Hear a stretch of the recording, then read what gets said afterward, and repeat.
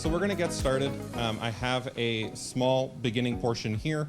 Our plan of action for tonight, I'm going to go over a mix of things in my life and what I've been doing over the past 2 years. We're going to talk about the internet, growing on the internet, losing followers on the internet, that whole entire process. On top of that, we're also going to talk about how to grow online, how to create an online presence, and then at the end, we're going to talk about internet safety. So I'm going to do a small intro talking about myself to start, just so people kind of have a familiarity in the room, and we'll go from there. My name is Shawn Gilhuly. I've been an online content creator for the past 3 years publicly.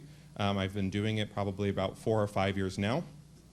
I've been on the internet my entire life, and with that comes its challenges, and comes the fun part too. Over the past 3 years, I've amassed a following of 250,000. With that, I've been sponsored by some of your favorite brands, Netflix, Microsoft, who sent me this computer that we're using up here. I have a list, but Disney, and we'll go through it as we're going through. So before content creation, I was an educator. That's what I did for a living. I was teaching at the university level, looking at assisting people with their resumes, cover letters, things of that nature. On top of that, I also worked in data science at the university level, and then I also worked at Eastern right before COVID. I have 2 major degrees. I have an undergraduate in psychology research in neuroscience and social psychology with a minor in mathematics, geography, and a published work on bisexuality. I have my master's in higher education. So I spent my time in college for a very long time. Some of these photos here are my collegiate years. In the left side, we have my time in undergrad at Southern Connecticut State University in the fraternity that I was a part of, and still am. On the right side, we have some more of my professional career. Up top, we have Suffolk University, and in the bottom right, we have Eastern Connecticut State University, where I was the hall director.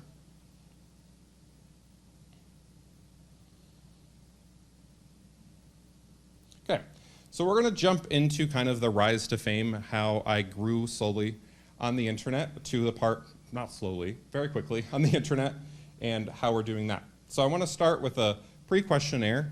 Does anyone know what Twitch is? And if you're on chat online, if you want to put a 1 in the chat saying, yes, you know what Twitch is. If you do not know what it is, put a 2 in the chat. So Twitch is a live streaming platform. Easiest way to describe it is think YouTube, but live. So if you've ever watched a YouTube video before, you know exactly what you're going to find on Twitch. With this, why do people stream? And I'm going to ask a question to you all, and as well as to the chat. Does anyone watch football or a sport? Has anyone ever watched Rachel Ray? Has anyone ever watched The View? So these are all very popular people who they watch these platforms all the time. All of these things and things like this happen live on Twitch. So there are people who do live cooking shows every single day, and they cook in their kitchen. They do the entire same thing you can expect with Rachel Ray, but they're doing that live on Twitch. Instead of playing a sport and going out and playing, people then want to watch someone play. So when you're watching football, I want to go online and watch someone play a video game because I'm not skilled enough as they are. So you might go online and watch that. What equipment would be needed to do that? So we're going to go further into that. I have a full section on it. Yep. So with The View and with that, there are people who do talk shows all the time. I've done talk shows multiple times where we've just talked, and that's been the entire segment of the stream. So why did I start? I started at a young age loving video games and wanting to get involved continuously with video games. I wanted to attend Full Sail College in Florida, but I ended up not going. With that, I've had that constant back of my mind desire to want to do it. When I first started, I wanted to play Magic the Gathering more. It's a card game that's been around since 1993. I've been playing it now for 18 years. I've been playing it since I was 10. So I'm pretty good. I would say I used to play in the competitive circuit back in the day, and now since when COVID happened and with COVID happening, I have not been able to play in person. So I played online, and I began to play online. And I had a roommate who I would play with every single day, and my roommate and I had a big falling out. One of the final things he said to me was that I would never make it online. So that kind of was like the big thing for me that was like, oh, you can't think I can do it? I'm going to do it. So we started from there. With this on Twitch, you start as a Twitch affiliate. What a Twitch affiliate is your goal is the first time you can make money on the platform. What this is your goal is to get 3 people in the room watching you or more whenever you're live. And with this, there was some equipment that I had. I had my PlayStation where I started, and I used a PlayStation and streamed right from it. I had no camera, I had no microphone, and I used the text chat to talk to people because I just didn't have those things at the time. I then had my MacBook, and you can't really stream from a MacBook, so I had to turn my MacBook into a PC, which ended up ruining it. But I was able to stream, and I streamed God of War when I first started. I played Magic the Gathering, and then we did a lot of Jackbox. Jackbox, if you think of your in-person board games, this is online. So slowly but surely, I gained a webcam. I had a gaming headset that I got for free as a gift from someone, and I just continued to keep going. After we've reached Twitch affiliate, the next milestone or tier that people go up to is looking to get to Twitch partner. Twitch partner is an average viewership of 75 people in that same room during that same time every time you stream. This took me about 2 years in total to do, and I very quickly started growing as of March of 2020 and went from there. So before March of 2020, I was playing a very popular video game, Dead by Daylight. This game is a horror-based game. People love to see my reactions of me getting jump scared. So think the Trail of Terror in Wallingford, Connecticut. You have someone jump scare you, you enjoy that horror thrill. Think of that happening continuously every 2, 3, 4, 5 minutes, back to back to back of that jump scare you get when watching a horror film. People love watching that. So I started that way. I then played a very popular title called The Witcher. You may have read these books. They're very, very, very popular book series, as well as on Netflix currently. Top of that, I played a wide variety of horror games because I got sick of playing the same game over and over, so we just played through them all. Resident Evil being one of the most popular ones that I played pretty continuously. So with this, I had a built desktop. One of my friends built my desktop and I paid him money to do so. I had a fancy microphone like this that I had started with. I started with a Logitech webcam, just like your standard webcam that you have, and then I eventually upgraded into a DSLR camera. What that is you think of your most popular photographers, I use that camera as a webcam. So it's crisp, it's very high quality, going from there. You can start with just a laptop, and as you can see with my journey, I started on a PlayStation with no camera, no microphone, and I just text chat. So with this and with TikTok in March of 2020, my students told me that I had to be on the platform. It was the new thing, it was the new craze. Think when you first joined Facebook many years ago, TikTok is now that new thing that everyone's joining. So I joined it in March of 2020.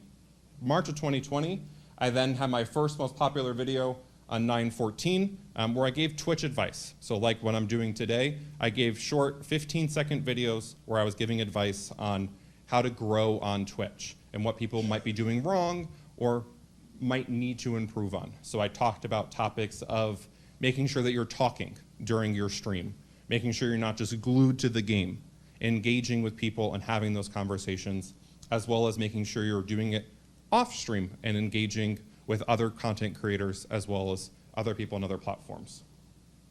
I then started to do comedy videos starting in October. When I started those comedy videos, they got very big very quickly. People loved that I would make fun of a character and I would call people out and saying, oh, you think that this character is this? I think they're this. And people love arguing and love having those conversations. With that, I then switched to a very popular title currently called Genshin Impact. This game has amassed millions and billions of dollars in online sales. With that, had some of the biggest platform that I was able to quickly grow on. So I very, very quickly got involved with Genshin Impact. It's one of the largest games currently out there right now. And as I got involved with it, I very quickly got partnered on Twitch on April 5th, 2021. So after a year of aggressively pushing I went full-time content creation June of 2020. I lost my job due to COVID. And with that, I'm now doing this full-time since that date, so since June of 2020. And it took me a year to reach the milestone of partnership. What that is, it's a check mark on the platform that allows people to know that you've reached that milestone. On top of that, it also lets people know that maybe you might be a notable figure in some way. So if you think of on any social media, they have that blue check mark in some way. This is Twitch's version, it's a purple check mark. With that as well, I started to get interviewed by very popular online locations, Vice being the first one, and then we go from there.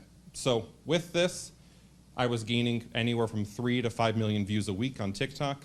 My videos continuously popped off, time and time again. I post a video, 250,000 views, post a video, 500,000 views, and I would just continue to post and continue to do that.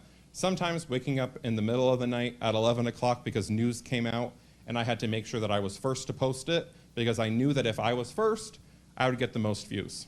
My partner is chuckling because he knows that I would wake up and do that because I wanted to make sure that I had that information out first and made sure that people saw me as the figurehead for the community.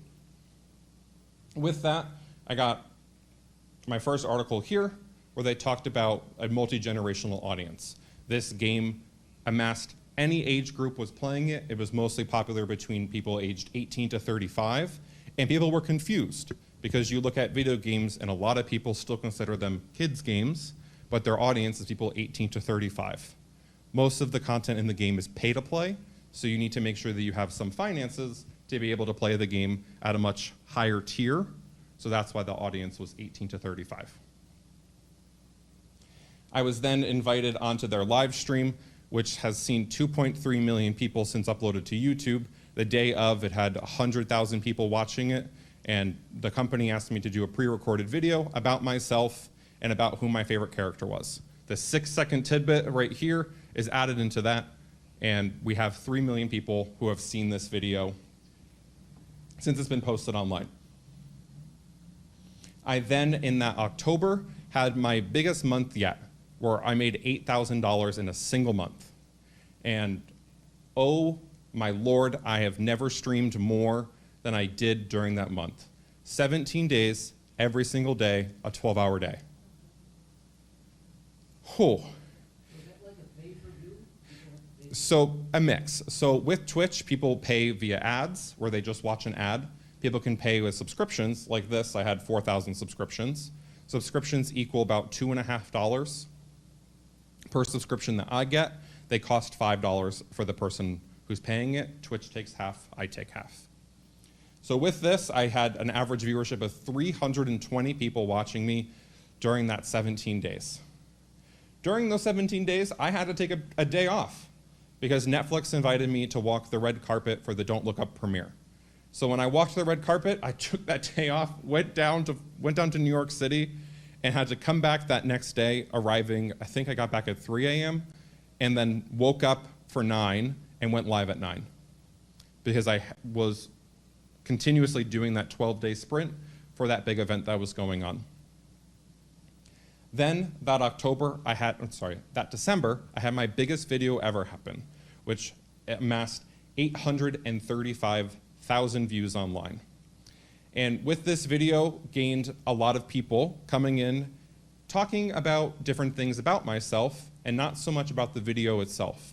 So a lot of the comments started to become very negative very quickly. And the rose-colored glasses that I was wearing of being first to post, making sure that I was always on top of everything, making sure that everyone had the information, making sure that I was everyone's best friend, very quickly went away when no one was doing that for me. So I have a disability, speech and language. I've had it my entire life. I've had coaching and training in elementary school, middle school, and high school, and a little bit in college, where with my disability, I'm able to talk and you wouldn't notice any of the moments where I may have stuttered today, or I may have missed a word or not been able to pronounce a word. So with this, I apparently mispronounced some of the words. For over a year, I was saying these character names in this video, and no one batted an eye. No one said anything regarding the pronunciation that I had, and if they did, I said, okay, teach me. Show me how to pronounce it correctly. People would, and then I would adjust. And that's what I did. And then this video popped out, and floods of comments. This video now has comments removed from it because I just couldn't handle it. It became very, very overwhelming, and as I say, those rose colors glasses very quickly came off. With those rose colored glasses coming off, I very slowly but surely left the game because I just couldn't handle it anymore. In February, I was invited again with Netflix for another premiere, and I tried to continue to push through that. I was thinking, okay, maybe it'll eventually get better. The comments will stop, people will stop making all those language towards me. Did not stop. And I said, what is the only outlier in all of this of where it's coming from? That game. So I decided to stop playing that game and majorly hurting my income. Later on, I'm going to talk about financial transparency because I think it's super important to talk about those things. And I'll show you very visibly, you can see where the dip happened when I left the game very quickly. So with that, I got very involved online and always have been in the queer space. I was nominated for Queer Streamer of the Year, one of 12 people. I ended up not getting it because someone who had such a huge platform was nominated, which I wasn't expecting. She has over 4 million people who follow her. So I congratulate her every time I interact with her online because it's a huge accomplishment. I was just happy enough to be nominated. I was then interviewed a little later on, talking about Twitch success and having it no longer come from Twitch. People used to just stream on Twitch and just stream those 12-hour days every single day, and they would quickly grow and grow and grow and grow because everyone just knew that they would be live every single day. I talked about how it was important to create off-platform and how I created off-platform and off of Twitch on TikTok, which brought that audience to Twitch. So in that April, I ended up deciding to stop playing Genshin Impact, which led me over to here. I want to talk about the reality about content creation. So the reality is I grew very, very, very quickly. I still have this very large platform. But at the same time, it's also the reverse.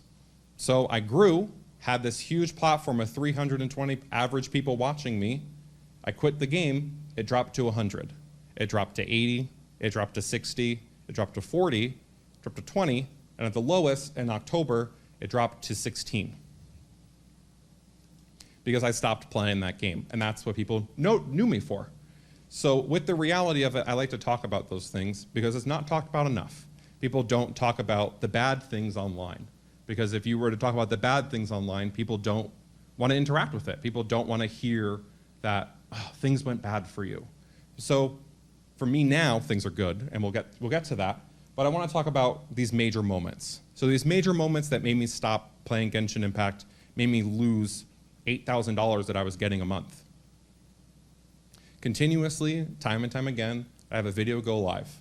It get 500,000 views. I have another video go live just like that video. And the video get taken down. And why? Why would you think the video might get taken down?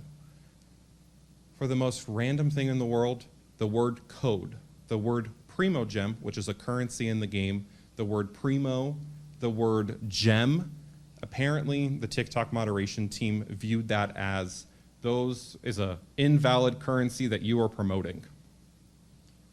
Couldn't tell you. I've fought with TikTok a million times about it. I had over 17 videos taken down. And when those videos get taken down, my progress and my platform also dipped. So instead of getting 500,000 views in a video or 250,000 views in the video, I'm getting 5 or 10. But no one else's video is getting taken down. So I was just kind of confused, and it got too overwhelming to the point where every single video I was posting was just getting taken down. So in January, I decided to start playing Minecraft. I switched. I thought Minecraft would be a great alternative to play. It is an open world game that people have loved for years. It's a very, very popular title from the Microsoft Store. And with that, I then also had people reach out to me. I was very popular online doing reaction videos. That was what people knew me for. So I would do reaction videos for Genshin Impact, and other games would reach out to me. One of those games being Ni no Kuni, which if you've ever seen Disney, this is Japan's version of Disney, which is Studio Ghibli. So very, very big and popular company. Had me do an advertisement for them, reached over 3 million people. And with that, more of those comments came in because that community knew who I was. So it very quickly dawned on me that I needed to step away. I stepped away. I then got very involved in Minecraft. In June of that year, Minecraft invited me to be one of their official creators, and I have been ever since. With that, I also got invited to do an ad for Disney for Freeform, one of their arms, talking about my queerness. And with that and talking about my queerness, we had multiple discussions online, as well as in the video that got posted of me, where I talked about my story and what other people can do and how it can get better from that moment. Because at that time, and currently, I'm still a verified creator for It Gets Better, which is a nonprofit organization that works with queer youth, as well as queer adults, letting them know that in time it does get better. So in that June, very, very popular with this video going out. Then on my birthday, I had a very popular stream that came out on my birthday, June 22nd. I worked with NZXT. They're a very popular computer company. So if you're looking to buy a computer, NZXT has pre-builts online where you go on their website, you say either like what game you want to play or what you want to do with it, and then they will just build it and they give you a price. Makes it super easy and super accessible for people to do that. I bought most of my parts when I made my computer from them directly because they had the best prices. So being a verified creator of theirs was great. And I was able to be on their podcast where we talked about my queerness, talked about my disability, and talked about everything that was going on in the content creation space. Then further on, TikTok invited me to stream on their platform. I was currently banned on their platform at that time because I had so many videos that got taken down that eventually I got banned in that March. And then in June, they invited me to be on the front page of TikTok. So when you go on TikTok, you'll scroll and they have these videos. If you move over a screen or you go to the top, they'll have live videos, and they have a front screen for live videos. What this means is that when you're looking at the app, it'll show that video as soon as you log in because they want more people to see that video. So that was me. And I had 83,000 people watch me in an hour when they had me on the live on that front page for it. But I was banned on their platform, which was very awkward. So after the stream, I got in contact with a TikTok rep. We had a conversation. I let her know what was going on. And she was like, oh, you shouldn't be banned. Click a box, and suddenly I'm unbanned. So I try to continue to post new content. I'm like, I'm no longer going to post Genshin. I'll post about all the other games. I'll post about Minecraft. No video was hitting off because no one had interest in that. They all knew me for this one game. So eventually, I did in the October to archive that account. It's now tiktok.com/@Shawn.archive. So the videos are up. The videos still make me random pennies every single day. I think I have like a $3 check that I can claim from them at some point. And I'll go over the finances of what I made during that time period. But that account got taken down. I now had to start fresh. So I've been starting fresh since October. With starting fresh, I got sponsored by Samsung. And with that, I've been continuously sponsored by them for the past 6 months. On top of that as well, I've been an Xbox ambassador and sponsored by Microsoft. They sent me this computer that I have right in front of me. You can't really see it because it's blocked. They sent me an Xbox, and I've been working with them to assist their knowledge of disability and how they can continue to help disabled people get into gaming and how they can make sure more disabled creators can work with them. So, in all, the reality. The rise, the fall, the re-rise, the re-fall, and those things happen. So if you are creating content online, not every video can go viral. Not every video is going to be great. Not every stream is going to be great. But that persistence that I had continued to allow me to be a full-time content creator. So I want to talk about finances. Money makes people awkward. And I know it makes people awkward because I like talking about it. And I know that whenever I talk about money, people get awkward. But people see these big creators and they go, you must be rich. you must make $200,000, $300,000 a year. The reality is, most people don't. There are 6 million people a month who stream on Twitch to less than 6 people. Those 6 million people a month do not make their $100 cash out that you have to make in order for Twitch to send you money. The 1% of Twitch is more than 6 average viewers, which is crazy to think about. So when people look at who is making money on the platform and who is making a lot of money on the platform, it's the 0.1% is making the money on the platform, which is such a small amount when you think about it. So with the finances, I'm pretty plain. And I put it out pretty plainly because I think it's important to put those numbers out there in the world so people can get paid fairly. A lot of times there's payment transparency is not there. So you'll do a sponsored campaign, you'll get underpaid. I have a very good friend of mine online who I talk to very regularly, and she reached out to me and said, Shawn, how much should I charge for this? I'm gonna charge this amount. And I was like, you are charging a third of what you should be charging. She then went back to the brand, told them the other amount, the amount that I suggested to her. They said, sure, sounds great. They would have said yes to the smaller amount. So being able to be financially transparent online allows these conversations to continue and allows everyone to get paid more. So I'm comfortable sharing my finances with that.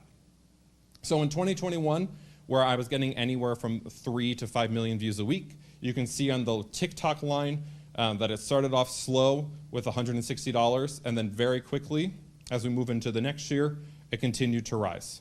My direct donations at that time was very high because people wanted to see me play that game continuously. My Twitch income was high and low, as you see continues out through the month. Or my sponsorships were also on their lowest end. So I wasn't getting sponsored by these big companies yet, and I didn't have any communication with them. So in that year, I worked for an online business. That supplemented my income for most of it. I had an unemployment check come in for $4,550 because I got unemployed from working for the university. And I used that year to start my own business. So I have an own LLC here in Connecticut. I pay taxes 3 times a year. And with that, making sure that I'm continuously talking about those things to make sure other people have a business, pay their taxes, and understand all of that. So I talk about these things online pretty regularly, and I'm happy to answer questions about it at the end. We then look at 2020. This is the year where I stopped playing Genshin. So if you look here at the top, when you make money in 1 month on Twitch, you get paid the next month. So April was the last month I streamed Genshin, so this is the last month I was paid a large amount, and then you see slowly, as my viewership dropped, that payment also dropped to my lowest month where I made $300 in a single month. That was the entirety of the amount of money that I made from my job that entire month. So with that, I also took at sponsorships. My sponsorship numbers increased greatly. And with these sponsorships increased, I was able to continue to stay afloat because I was working for brands, assisting with brands, and talking about conversations with them. So when Xbox/Microsoft hired me, they paid me $4,000 for attending 5 or 6 meetings, doing a sponsored video, and I'll show an article as well that they had me talk about and be with that. That's a large amount. That's my bills for 2 months. So I knew that money was coming in, so that $200 month that I had made $300, I knew that those other months I still had money, and I managed my money pretty well, so I was able to continue to carry on.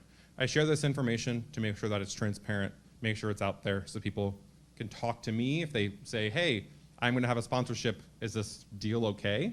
I'm happy to answer those questions, and I have before. So we're now talking about today. What am I doing now? Okay, we talked about the good, the bad, the ugly, but what's happening now? I was invited by Square Enix, which is one of the most popular companies that makes games on PlayStation, to New York City to play test 2 of their newest games. They had a game that came out in December. They had a game that came out last week. That game that came out last week is Forspoken, a game I'm currently playing on Twitch. With that as well, I started playing Overwatch 2 for the first time. I have been falling in love with the game. People say that the community is toxic online, but I haven't seen that yet, luckily enough. So I'm excited to continue to share the positivity that I have and share that with this community. I've been continuously being an It Gets Better ambassador. So every single month, It Gets Better has me stream live on their platform, where I talk to youth worldwide about anything that's going on in their lives, as well as just seeing a queer person succeed continuously and being able to see that online was something that I wish I had as a kid. So having that now and being a part of this organization has been great. So with this as well, Xbox had this article come out. All of this is linked really easily on my website, and I can also share the presentation to anyone who needs it. My website is shawn.games/about, ABOUT, and all these links for anything that I've shared here is all there. If you've ever shared a GIF online, that comes from a website either called Giphy or Tenor. They're the two major platforms. They're the Google search versions for GIFs. I'm a verified creator on Tenor, meaning that there are thousands and thousands of GIFs of my face saying random things from any of my most popular videos that are there. Which is, people I see, I had a friend who reached out to me. I'll share this funny story, this anecdote. I haven't even talked in a year or two. He reached out to me on Instagram and said, I just shared a GIF of you because I do the Italian hands a lot, and that's just like how my body talks. I'm Sicilian. So I did that, and there's a GIF of me doing that, and when he typed in Italian hands into the search bar, my GIF came up as the first one. And he was like, oh, that's my friend, and then shared the GIF to the chat that he was having. But he didn't know that I was a verified creator on Tenor. So you can search millions of different things. You can search my first and last name. You can search Shawn Games. All the millions of GIFs will come up that people can share online, or any of the keywords that they're associated with. So I've been continuously keeping on. All of my platforms are beginning to grow again, which I'm super excited about, and I'm going to continue keeping on.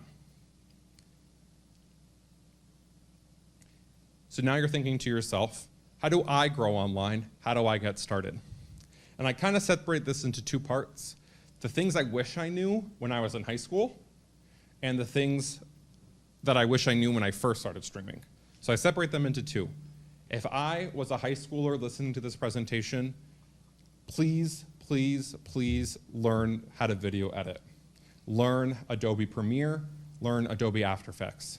It'll save your butt so much not having to learn it at 27 years old. If I was 16 again and could learn it then, I wish I did. I learned CAD instead in high school, and I wish I learned video editing. If you're someone who is nervous about being a public speaker, take an improv class. You can take an improv class locally at your community center. Getting involved in theater in some way will get you more comfortable having that banter back and forth with someone. So online, you'll have these conversations and people will ask you questions or say things to you, and you need to bounce off back to them. So having an improv class, I felt really helped with that. I took a marketing class in college, which was really, really, really helpful. For me, I understood what I needed to know. I have a math background, and math is scary. People hate math. I was a math teacher for a while, so I know this. People say that you're either a math gay or an art gay. I'm a math gay, so I know numbers. And having numbers and having that background made it really easy to know I need to post more of these videos and less of these videos because those are doing well. And it's not always this one has more views. Some may have more interactions. So understanding analytics and understanding how math works is really important.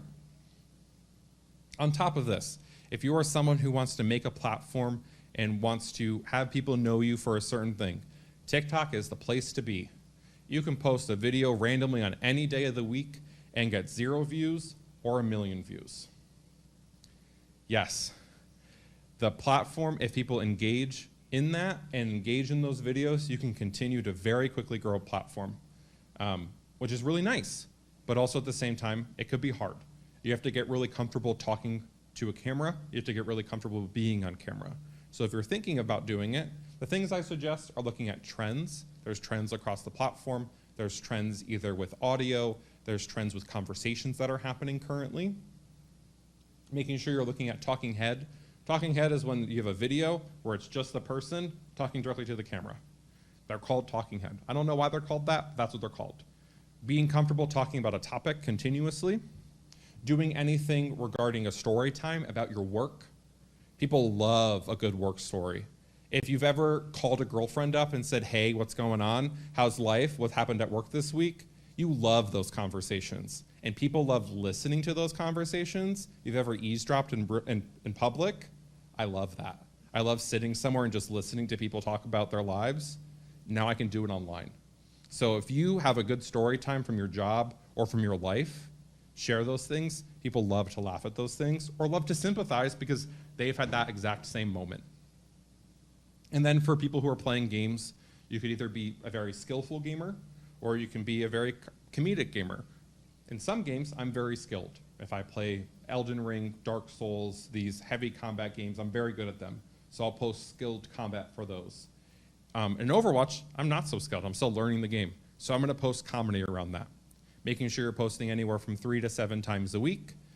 The golden number is 21 times a week. The really, really golden number is 42 times a week. But that's really hard to do. I was able to do that in November, and I very, very quickly saw a lot of growth so fast. But it is so hard to keep up with because it is a lot of work continuously. So I continue on. And our last topic I want to talk about is protection online. So if you have a cell phone with you or if you're sitting at your computer, I want you to do one thing. I want you to Google your first and last name. Anytime I do a presentation on resume or cover letter or online, people never know what's out there when you look up your first and last name. And that's the first thing someone does when you interview with them. So you should know what's out there about you. So I implore people to do this because I think it's important. With online safety, I want to make sure when we're talking about this that it's not often your own accounts as how people are finding you, it's your friends and family. So I have my first and last name is not on Facebook. I use a different alias there. But my parents use their first and last name because they have no reason to use an alias. They have no quote-unquote fame online that they need to protect in some way. So I get tagged in all the photos from my mom, who posts a photo of us at Christmas. So they look for me, they don't find me, but they find her. Now they found me. So a lot of times your protection online is making sure that as a group of people, you're talking to your friends and family about making sure they understand they're online. So do this experiment with them when you talk to them at some point. Google their first and last name and see what pops up. Have that conversation. The hardest thing that people don't realize is once it's posted, it's findable. No matter what it is. You can post a comment on a video from 2 years ago, and I can go into Google and use keyword search, and I will find it. I've done it before to show people that I can find things like that. Things, once they're posted, can be screenshotted, and many people do that. So the more popular you get online, or if you post something that people are like, oh, I need to make sure, we need record of this, that they're going to delete it, people do that. People will screenshot those things. So once it's posted, it's online. So if you wouldn't want it screenshotted and wouldn't want it on your public record, don't post it online. The big thing that I talk about often on my own stream is about dating, sex, and queer ed. So one of the big things I always talk about is if you're going to meet someone who you only know online, video chat with them and know exactly who they are. If they don't want to video chat with you, they're probably not who they say they are. Most people will have some type of video chat with you in some way. If you've only seen a picture, only heard themselves, you don't know who's on behind the other screen. So do a video chat so you actually know those things. That will help protect you if you're going on a first date and you're meeting someone off a dating app online, or if you've been playing a video game with a friend for the past 2 years, you've never met them, but you want to see you want to know who they are before you meet up at this convention. I have a childhood story of where I went to our local convention, Connecticut in Hartford. I was talking to a guy online. We became very, very, very close because we were talking every single day. And I was like, I'm going to this convention. He was like, oh my God, me too. Who knows if he was actually going or if he was just going to meet me. We went there and we met up. He said he was 18. He was not. He was 26. He wouldn't really tell his age. But by looking at him, I was like, oh, I am 17 years old. We can't be friends.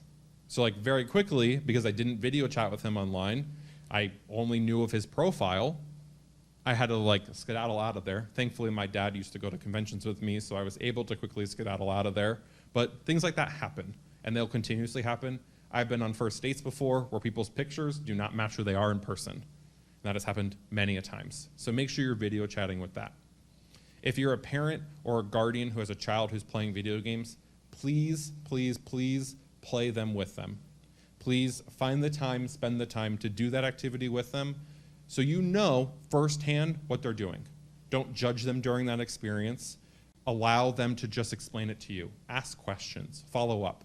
Those are the best things you can do with a child who has any interest, especially with video games. You can do that, you understand what's happening online, and you know firsthand what is going on. At this point, I leave it open to questions. I always like to try and get through a presentation and leave as much time as possible for people to ask questions.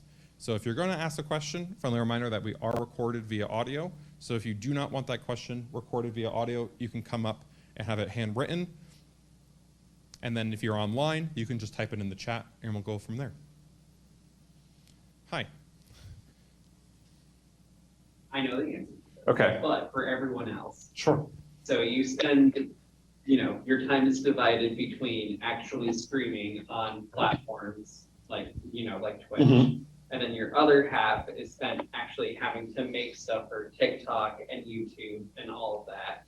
What would you say? What's a week in my life like? What's a week in your Sure. life like? But also, what do you think the time difference is spent between the two? How much time goes into one half versus the other? Sure. So on an average day, I'm lucky enough to be able to wake up between 9 and 10 a.m.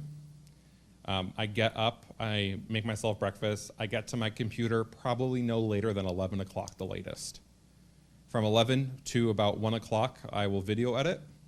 And then 4 days a week, I will go live on Twitch from 1 o'clock to 5 o'clock. My partner comes home at 6 o'clock, so I either do something to make dinner, or I video edit, or I decompress from my day. And then if I have to post a video that night, I'll edit that night. If not, I will hang out with my partner and we'll do that. On days where I don't go live on Twitch, which is Mondays, Wednesdays, and Fridays. Mondays is boyfriend day. I spend the entire day with him. And we both have that day off, so that's perfect. Wednesday, I spend all day either video editing, in meetings, or at doctor's appointments, and Friday's the same thing. On average, I spend about 16 to 20 hours a week streaming on Twitch. I spend anywhere from 20 to 40 hours a week video editing and promoting myself online in some way. So in essence, you're working far more than people with your quote 40-hour-a-week job. Yeah, so the 40-hour-a-week job is me promoting myself online and making sure people know to attend the live streams. And then the live streams is the easy, quote-unquote, part of my job. The video editing and consistent uploading and making sure that people can find me is the hard part. But I'm just curious, so my goal is to have something to share every day.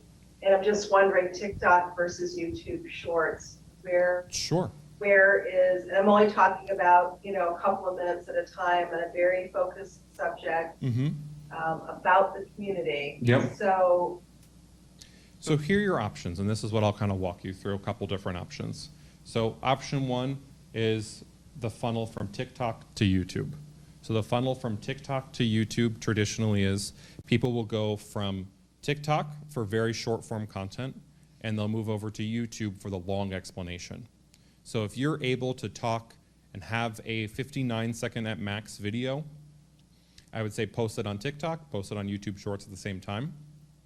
But when you're on TikTok, TikTok has a higher percent for reach to people because of how it's set up.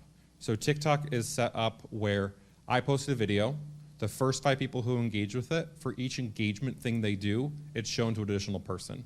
So I post a video, the first person does nothing, second person likes, comments, and shares it. Now it gets sent to 3 more people. The next person does nothing. The next person watches it all the way through, goes to a new person.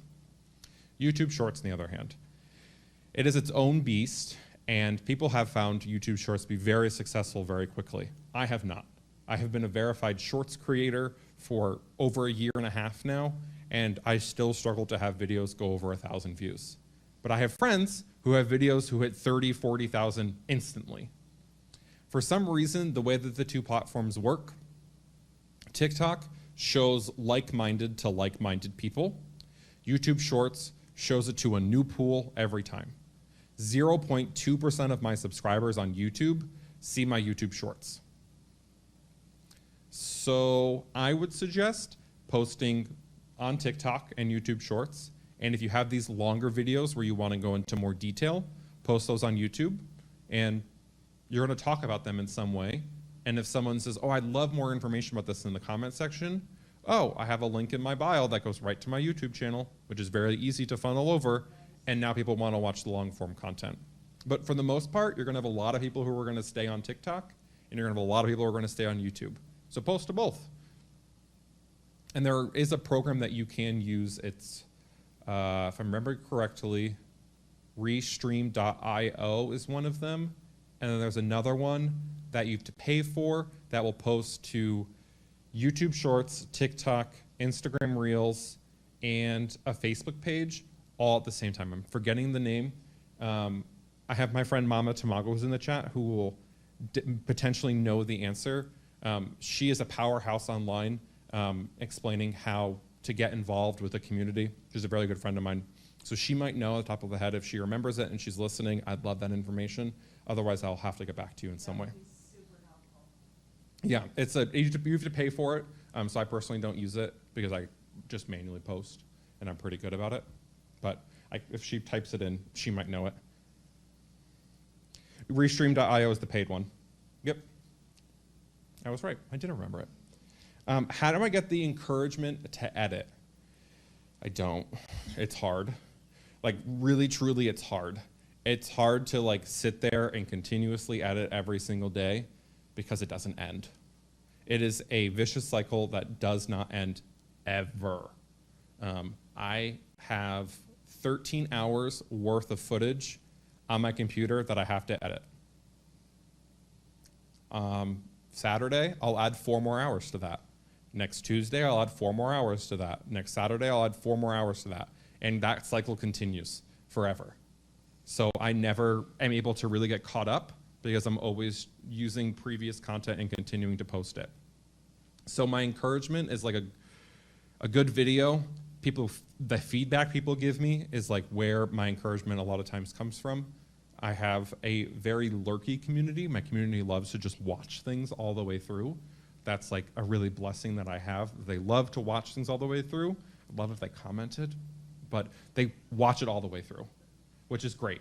I have to say thank you for that because that is one of the hardest things to get someone to do is to sit and watch a video all the way through. I have people who have over 1,000 hours of watch time on my Twitch channel. So they sit there, they watch, they love it. Do they need to comment? No, but I love the fact that they watch it for hours and hours on end. Your question. Well, what's the average video that you're posting though? So the average videos that I'm posting, YouTube, I post a 20 to 40 minute video daily. TikTok, I post a 15 second to 59 second video daily. And I'd eventually like to get back to the point where I'm posting 4 to 6 times a day. I'm currently at 3. But the editing process, I think, of finding a buddy. So I do a Wednesday online. We do a co-working space where we have people who work from home all across the United States in my community online. And we just sit there in voice chat and work like you would if you went to a coffee shop together or you went to a WeWork space in some way. So we do that every single Wednesday. I have that encouragement of people, I know people are watching me, so they're like, why aren't you editing? We're sitting here, why aren't you editing? So that like behind my head encouragement is there, which is really helpful. And then also we'll just talk and I'll get some ideas from people sometimes, which is really helpful. And having people in the space who I know, you're able to talk to those other people in the space and have those conversations with is really helpful. Sure. Post continually about that topic. So I'm going to give an example. My partner is a florist, and he posted a video on his TikTok feed of him making floral arrangements. His face often isn't in them because of how he sets up at work and can't do that. So a lot of times, those videos don't do so well. But then he has other videos which have hit multiple millions of views because he's direct to camera, telling a story time about being a florist. People don't know the floral industry at all, so they're curious and they want to know more. And Now he has people who come back every single time, and now he has people in his comment section say, I'd love to see your designs. So now those design videos that he used to post that didn't do so well are now doing much, much better, because now people are interested in that longer, quote unquote, form content. So you start with one thing, so having a conversation, talking about access, accessibility. I'm thinking of what you've talked about, like locally in the community, and talking about how people can get involved, or talk about if someone, I'm thinking like, I don't know the topic per se, so you may need to fill me in and I might be able to bounce some ideas for you. But if I was thinking about my local community and wanted to talk about it, I would talk about how people could get involved in their local community. Why should I get involved in my local community? Why should I get a library card? How does that help me? Well, the library services offer X, Y, and Z. Also, by getting a library card, that number gets increased and the library gets more funding and can do more stuff. So when you're thinking about talking about your community, talk about your space, that's just one topic. And then you're thinking of people who are not local, how they can get involved in their own local space. Yeah, go ahead, go for it. Yeah, be super specific, yeah.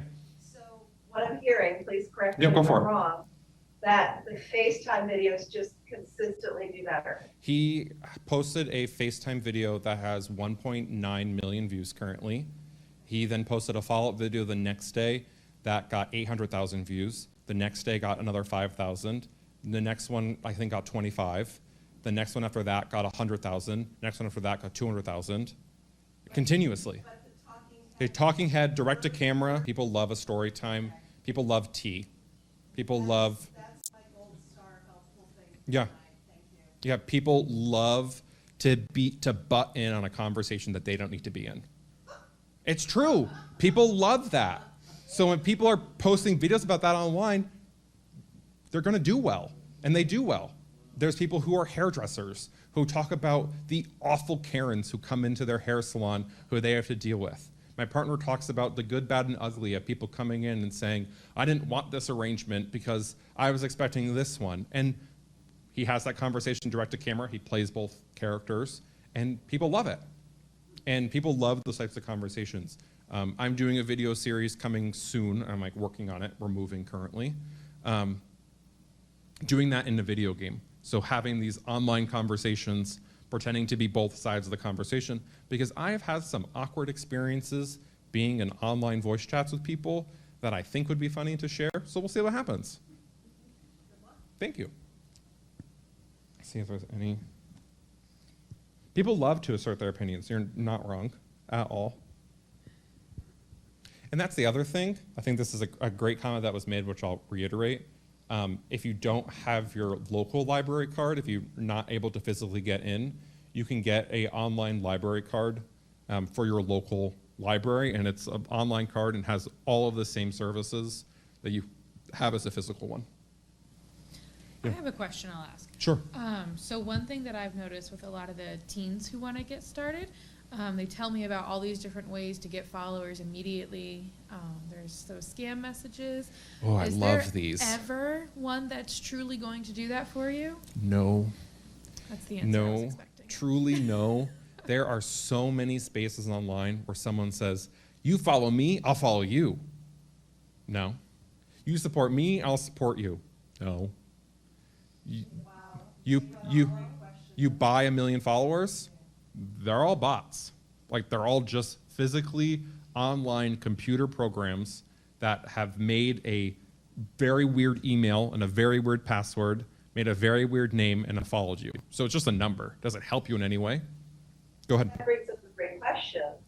How do you choose who to follow? Because it's time consuming to follow other people. Find people to follow that you enjoy and would truly watch if no one was else in the room. Like, why do you turn on a different channel on the TV? You watch one show and you're like, oh, I didn't really like that. I'm not going to watch that again. Okay? You think of Netflix, for example. I love Netflix so much. We watch stuff all the time on it. And you watch 15 minutes of the first episode and you're like, I hate this. You shut it off. So do that with people. Watch a couple of videos of theirs. If you feel like that's the vibe, that you're enjoying your time there, and if that was to come up organically on your feed, you'd watch it, follow them. And if you're enjoying someone else's presence online, follow them, engage in their stuff, have that conversation. a lot of times, many content creators are looking for someone to comment. So if you're enjoying someone's stuff, comment on it. They'll probably respond to you, and that's a great way to start a conversation and to start a relationship. There is a content creator from Connecticut. There's two of them. One who, that's what I'm going to use. There's a thrift shop in New Haven, which is called Witch, the letter for a female dog, Thrift. And that's their name. And the person looked very familiar when I saw her profile for the first time. And I went, how do I know her? She looks so familiar. I've been in Connecticut for years. Maybe we've crossed paths at some point. But I started commenting on her stuff, and we started to engage in conversation. And now I'm going down to New Haven to go to her shop to meet her. There's another place, another one online called Hidden Gems Connecticut. She's an online creator on TikTok who continues to show videos of food places all around Connecticut that are just good eats. Like you've seen Billy, or I forget what his name is, who does the show Good Eats on Food Network. But maybe it's Bobby Flay. I don't know who does it. Someone does it. They do a show called Good Eats. She's doing the same thing, but about Connecticut. So I followed her because I want another place to go to for date night. I started commenting. I was like, oh, that looks really good. Oh, I've been here. I suggested another place. Now we're friends, and I have her cell phone number, and we're doing a double date night in a couple weeks because we've had those conversations online. So a lot of that is like the easiest way to like find out who to follow. And if you don't like someone or no longer enjoying their stuff, you can just unfollow. Like it's not the end of the world for a lot of people. I have the rise and fall of my follower count all the time. And I know that someone previously enjoyed my stuff, and if they're no longer enjoying it, they're no longer enjoying it, and that's okay, because I've done the same thing to other people. Go ahead. So you talked about how this younger generation is looking for the following, the followers, I should say. However, I think there becomes a point where, as a content creator, that you want the followers, yes, but your sponsorship, it looked like, is what brings that income in for you. Yes. That's Yeah. not necessarily always a guarantee. It's engagement, not following. It's engagement opportunities where I think it's just because of their age. Yeah. They're looking for the numbers because the numbers is what makes them feel like they're important, I guess you could say, Yeah. opposed to where you're actually content creating on a daily basis, where you want the followers, yes, but you want the sponsorships, which is going to help Yeah. build your profile. Yeah, and that's really what it boils down to a lot. So like, I love my consistent income that I get from Twitch. I know every single month I'm gonna get anywhere from $400 to $800 a month consistently. I've had that amount of money, besides that 1 month, I've had that amount of money for 2 years. So I know that money's coming in. Having that consistency in a written contract, is fantastic. Knowing that I have that consistent income from a sponsorship coming every single month. I'm working on a sponsorship deal right now where we're looking at doing a 12-month sponsorship. So for 12 months, they're gonna send me a monthly retainer every single month, and I'm gonna have monthly content that I deliver for them, and that's what we're gonna do. So contracts like that are like huge because you have that consistent income coming in. You think your standard 9-to-5 job, you sign that contract, you know what you get paid hourly, you know what you do. Content creation so much doesn't have an hourly rate and doesn't have a continuous rate. So we can look at like income, for example. This past month, I had a stream where I got paid $2,000 to stream for them. And with that, that covers the majority of my bills. So then I look at the other money coming in. I don't have to worry as much that maybe I'm getting a little bit less on Twitch, or maybe I'm getting a little bit more on TikTok or YouTube, and that play of that back and forth. Sure. Yeah, we have a question in the chat about hashtags and using popular Hashtags. hashtags. So there's a couple different philosophies people have around hashtags. Philosophy 1, hashtags don't matter. And in the current age of online, I say yes and no to it. Hashtags categorize your content. So by using hashtags, people can find your content easier. So by using popular hashtags and using these like big name, they have one that's FYPXYZ on TikTok. Sure, if someone's liking other videos with FYPXYZ on as that hashtag, sure, you're gonna see other videos of that nature. Maybe your video's gonna get a couple hundred more views, but like those people aren't gonna stick around because they're just looking at generally this big thing. But if I post very consistently, I've been playing a game called God of War Ragnarok. It's been around since 2008-9. The game has made different versions of the game. And when I post about God of War consistently, people are going to come back and see those videos about God of War. The one suggestion I do have is make your own hashtag. So I have a hashtag that's hashtag Shawn Games. So on any video I post, I always have that one hashtag. So if someone liked one of my videos, they're going to potentially see another video just because of that hashtag. So I don't suggest doing a popular hashtag. I suggest taking your username and making that a hashtag. Sure. I saw something that TikTok was under indictment by the government, or I think it possibly not allow it in this country any longer. So I personally haven't seen a whole lot. I personally haven't seen a whole lot about that. It's a so I knew about the ban on government devices, and I think personally they've had a bunch of conversations of trying to ban it, quote unquote, because it's a online platform that is not U.S. based, so people hate that. There's a lot of people in the United States who hate things that are not U.S. So yes, that's going to happen, and people are going to have those conversations. The platform is too large at this point, I think, for any real government conversation to stop it in some way. I think there'll be more protests about that than there ever would be for anything else. Like, I could not imagine someone in 2012 saying no more Facebook. People would riot. People would get so distraught and so frustrated about that when Facebook was at its height. So I don't think it's going anywhere anytime soon. I don't expect it to go anywhere anytime soon. There's too many people who live in the United States and all across the world who make most of their income or all of their income just from TikTok. So I personally don't see it going anywhere anytime soon. Sure. How much bandwidth internet-wise would you need to make an effective? Sure, smart. That's a great question to ask. So for live streaming, it's anywhere from 20 plus upload. So download doesn't exactly matter, it's your upload speed. You can do this by going to Google, typing in speed test, and then it will click a button and it will show you what your upload and download are.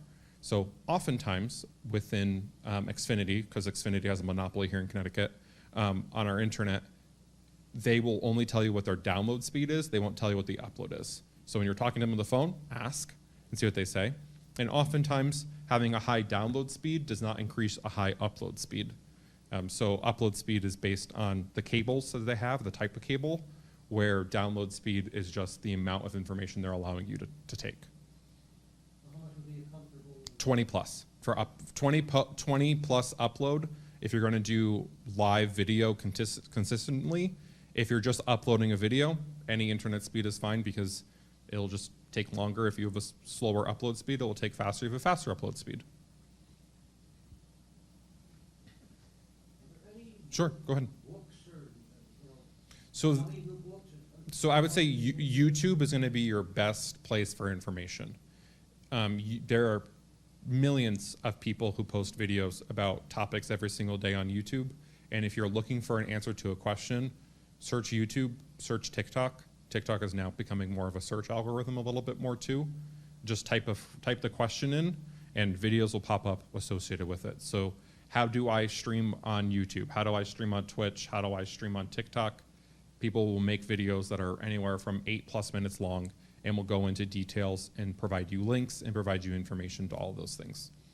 If you're looking to buy a computer, I'm going to suggest NZXT because that's who I've used for my computer. And having that conversation with them, you can email them, say what you're looking to use it for. They'll make you can tell them a price range that you have. Like, I'm looking to spend $1,000 on a computer. I'm looking to do X, Y, and Z. Is this possible? And they will say, currently, no, for this price I can do it. Or yes, that's possible, here are the specs. So that's like one place I would say. I personally go through them, so I like them a lot. There's PC Part Builder. If you are super knowledgeable about building a computer, you can just buy the parts and make it yourself. People call it adult Legos because it's super, super expensive, but it's literally plug and play. Computers have gotten to a point where that's where they're at. Somebody putting a lot of effort into YouTube and Instagram probably equal amounts of time. And I don't think he has any idea.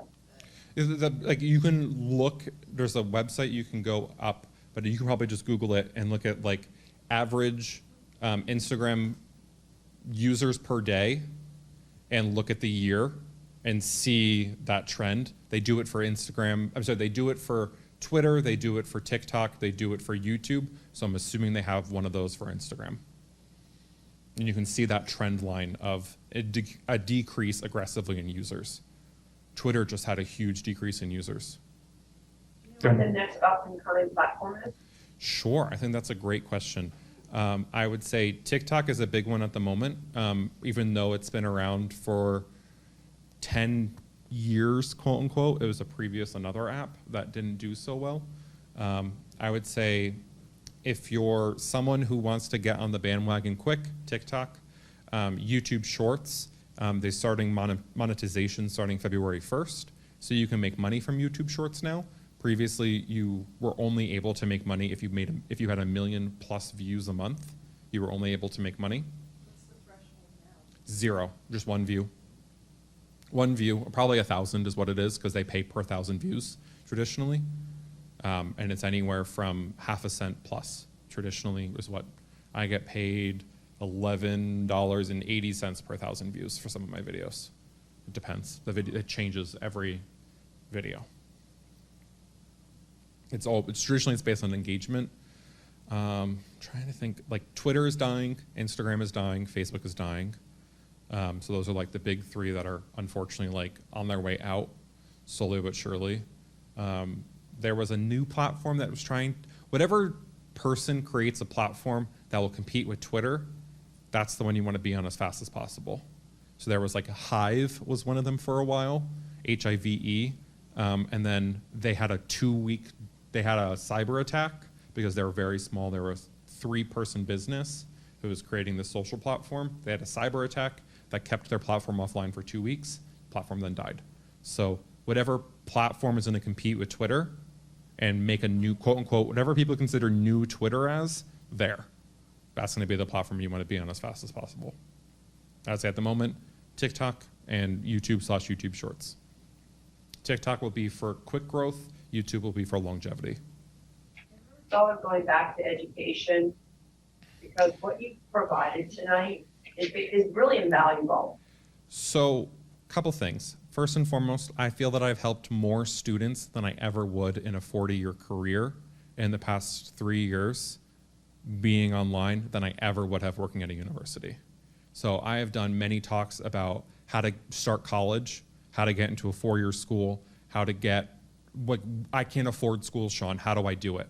I've had those conversations many a times, and I've had conversations where I would say adults, big adults, 25 plus, out of college students. I don't know that there's a specific college term I'm forgetting on top of my head.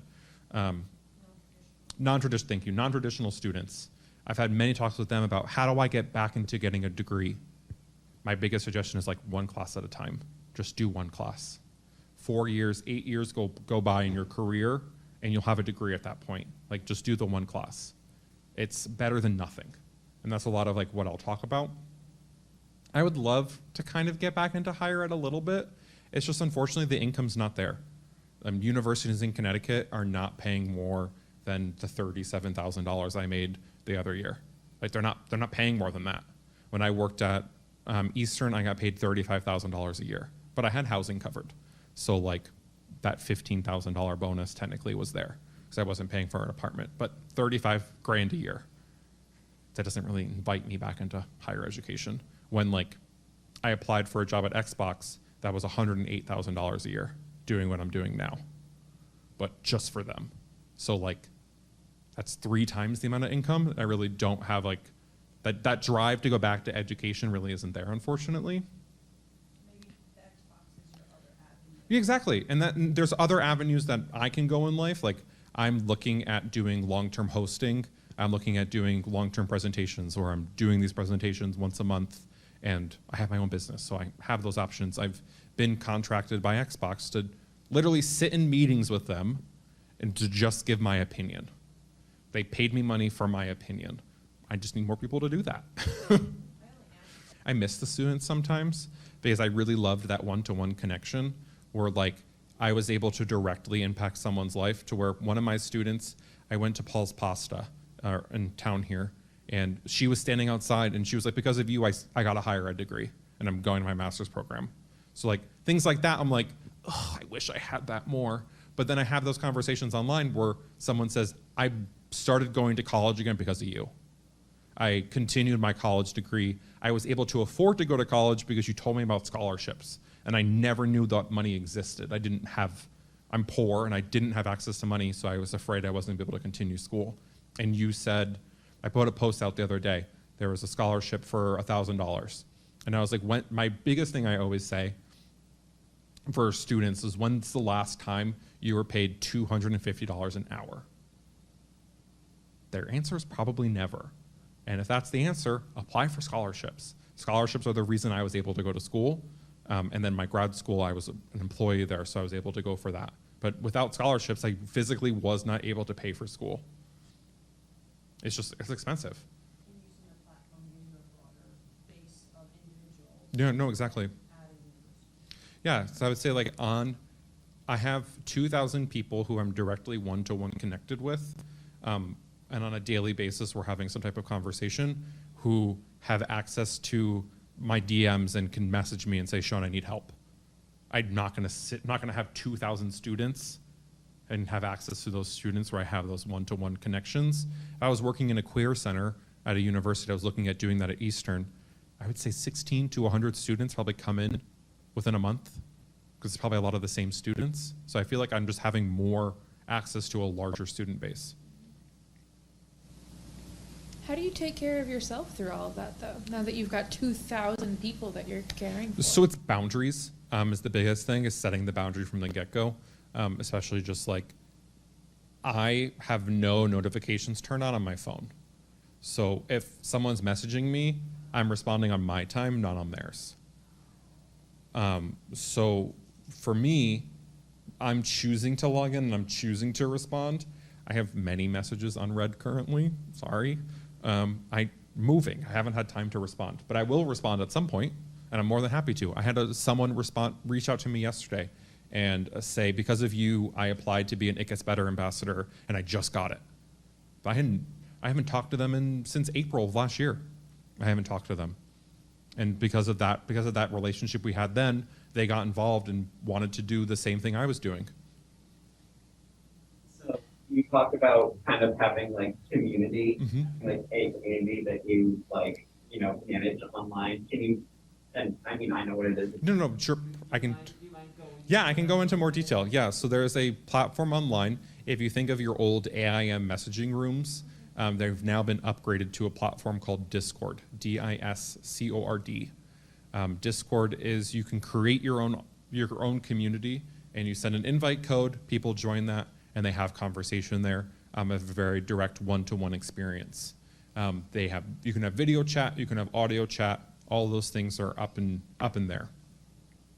If you're over the age of 18 and are looking to join mine, it's on my website. It is publicly available there. It's also discord.gg/Shawn Games. We just got upgraded to have our own URL. But these online spaces are created and curated by a single person or a group of people around a specific topic. So the topic for me is me, my community, my stream, my space. So I set rules, I set boundaries. People know that coming in, you have to agree to that to be able to have entrance to the space. And then you're able to be in the space. People will have conversations on the daily. They're probably talking right now. They're probably playing games right now as I'm doing this presentation.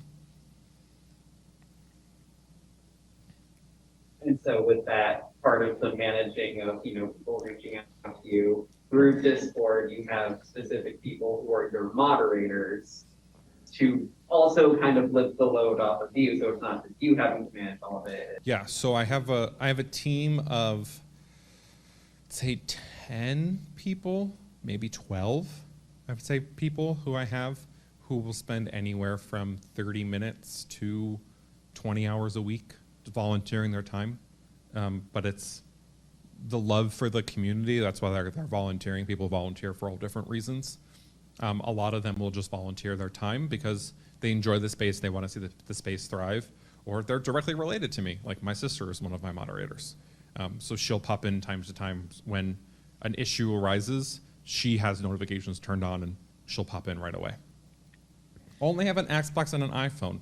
Perfect. That's all you need. Your iPhone, you can go live on TikTok. You can stream on TikTok.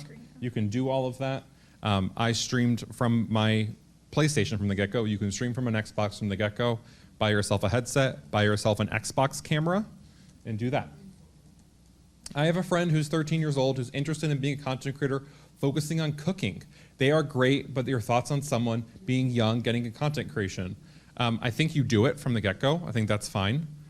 Age on the world doesn't matter. I think with TikTok, for example, you do need an adult present in videos from the get-go. So there are a lot of adults who do cooking stuff with their children. I can know of a single channel who has 2 young boys, one who is 3 or 2, the other who is 6, and they do a cooking show, and she's teaching them how to cook and showing that if you give the tools to your kids, they'll do it, they'll cook.